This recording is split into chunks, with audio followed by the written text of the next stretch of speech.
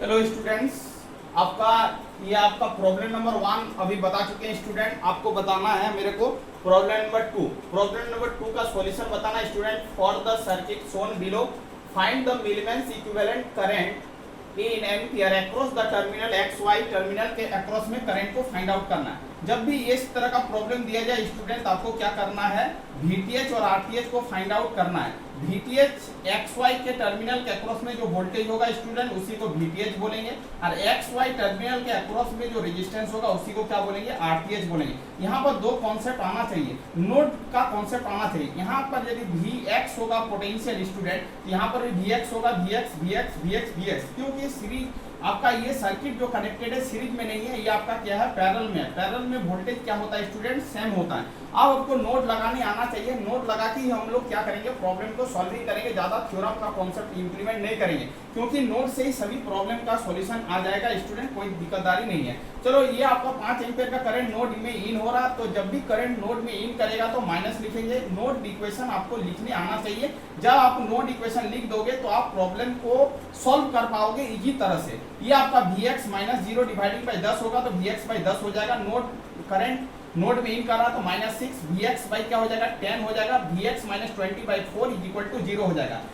Step by step equation को solving करेंगे student. Solving करने के बाद आपको Vx का वैल्यू मिल जाएगा, कोई दिक्कतदारी नहीं है। ये टर्म को उधर ले जाएंगे, 11 होगा। Vx बाई 10 दोनों है, दो टाइम्स है, तो 2Vx बाई 10 होगा। इसको सॉल्व करेंगे तो Vx बाई 5 हो जाएगा। इसको सॉल्व करेंगे, Vx माइनस 20 बाई 4 होगा। एलसीएम लेंगे, सॉल्व करेंगे, Vx 320 बाई 9 वोल्ट आ जाएगा। अब देखो स्टूडेंट, रही मुद्दा कि जब Vx का वैल्यू निकाल चुके हैं तो Rth का वैल्यू कैसे निकालोगे। तो Rth का वैल्यू निकालने के लिए आपको कॉन्सेप्ट आना चाहिए। तो Rth निकालने के लिए वोल्टेज सोर्स को क्या करते हैं student, open circuit, sorry, voltage source को आपको क्या करना है, शॉर्ट सर्किट करना है।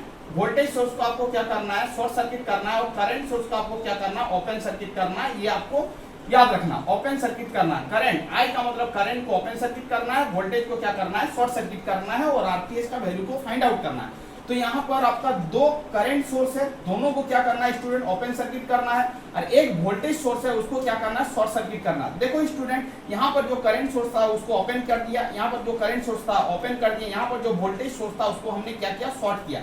आप इधर से देख रहे हो तो आपको देखने के बाद 10-10 का कनेक्शन के साथ पैरेलल है तो 5 हो जाएगा। अब 5 और 4 आपस में क्या है स्टूडेंट, पैरेलल कनेक्शन है। तो इसका पैरेलल कनेक्शन का फॉर्मूला होता है, पिछले वीडियो में बता चुके हैं, Rth इक्वल टू R1 गुना R2 dividing by R1 plus क्या होता है, R2 होता है। उस इक्वेशन में इस वैल्यू को पुट अप करेंगे तो 20 बाई 9 आएगा। अब देखो स्टूडेंट, Vx और Rth का वैल्यू निकल गया, बट आपको करंट का वैल्यू निकालने के लिए बोल रहा था। Current is equal to Vx by Rth होगा। Vx का जो वैल्यू आया उसको पुट अप करेंगे, Rth का जो वैल्यू आया उसको पुट अप करेंगे, सॉल्व करेंगे तो आपका आंसर हो जाएगा स्टूडेंट 32 बाई क्या हो जाएगा 2। इसको सॉल्व करेंगे तो आपका क्या हो जाएगा, 16 एम्पियर आ जाएगा। कितना आ जाएगा स्टूडेंट, 16 एम्पियर आ जाएगा। इसका मतलब इस प्रॉब्लम का जो आंसर होगा आपका क्या हो जाएगा, 16 एम्पियर आ जाएगा।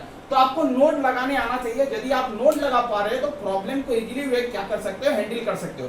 तो आपका प्रॉब्लम नंबर 1 और प्रॉब्लम नंबर 2 एक ही टाइप का था स्टूडेंट। तो इस तरह का कॉन्सेप्ट का प्रॉब्लम आपका एग्जाम में पूछा जा सकता है। तो आपको क्या करना है, ये दोनों प्रॉब्लम को अपने हाथों से सॉल्व करना है। और जहां पर समझ में नहीं आएगा वहां पर आपको वीडियो को क्या करना है, ओपन करना है, देखना है और समझना है। और यदि इतनों में भी आपको समझ में नहीं आता तो आपको कमेंट सेक्शन में लिख के बताना है कि सर इस पॉइंट में मेरे को दिक्कत हो रहा है, तो हम नेक्स्ट वीडियो में उस डाउट को क्लियर करने का कोशिश करेंगे स्टूडेंट। तो आपको नोट बढ़िया तरह से आना चाहिए। नोट यदि आपको बढ़िया तरह से लगाने आ जाएगा तो आप प्रॉब्लम को इजीली वे में क्या कर लोगे, हैंडल कर लोगे। तो आपको पहली मुद्दा है कि आपको नोट लगाने आना चाहिए। चलो स्टूडेंट, प्रॉब्लम नंबर 3 को समझते हैं।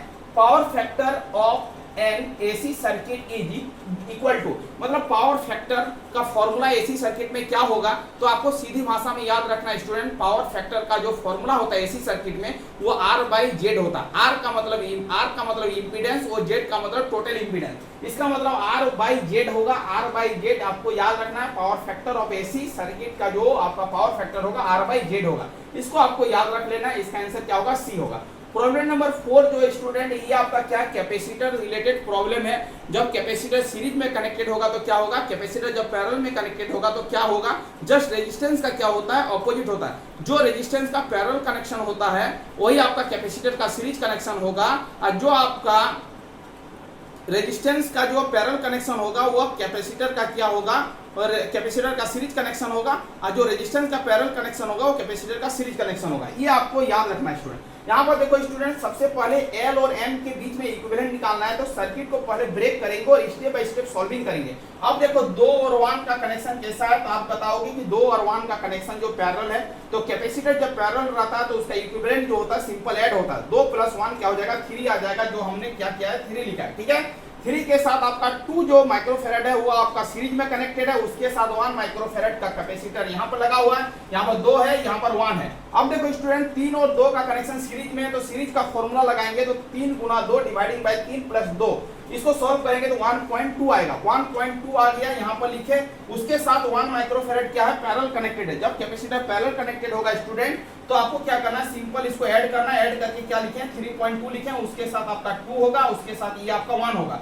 अब 3.2 और 2 का कनेक्शन सीरीज में है, तो सीरीज का फॉर्मूला लगाएंगे, तो 3.2 × 2 डिवाइडिंग बाय 5.2, इसको सॉल्व करेंगे स्टूडेंट, तो 1.23 माइक्रोफेरेड आएगा।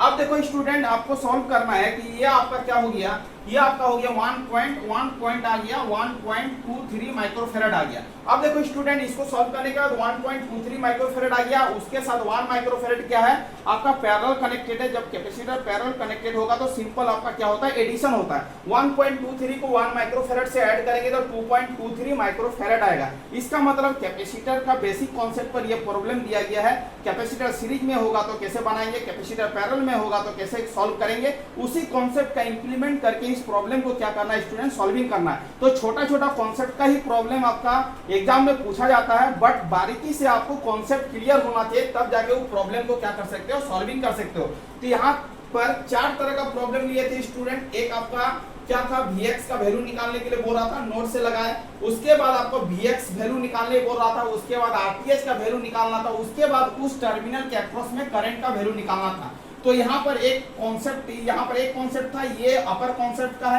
यहाँ पर 2 चीज निकालना पड़ रहा है, नोड वोल्टेज निकालना पड़ रहा है, उसके साथ उस सर्किट में आपका इक्विवेलेंट रेजिस्टेंस निकालने बोल रहा है। इक्विवेलेंट रेजिस्टेंस निकालने के बाद फॉर्मूला लगाना पड़ रहा है, I = Vx/Rth। Vx निकाल चुके हैं, Rth निकाल चुके हैं, वैल्यू को पुट करेंगे, उसके बाद सॉल्व करेंगे, जो आएगा आपका 16 एम्पियर आ जाएगा। Power factor of AC circuit जो होता है स्टूडेंट R/Z होता है, इसको आपको क्या करना है, रट लेना है। 4 नंबर का प्रॉब्लम कैपेसिटर सीरीज और पैरेलल कनेक्शन का कॉन्सेप्ट पर प्रॉब्लम आधारित है, उसी कॉन्सेप्ट का इंप्लीमेंट करके प्रॉब्लम को सॉल्विंग किए।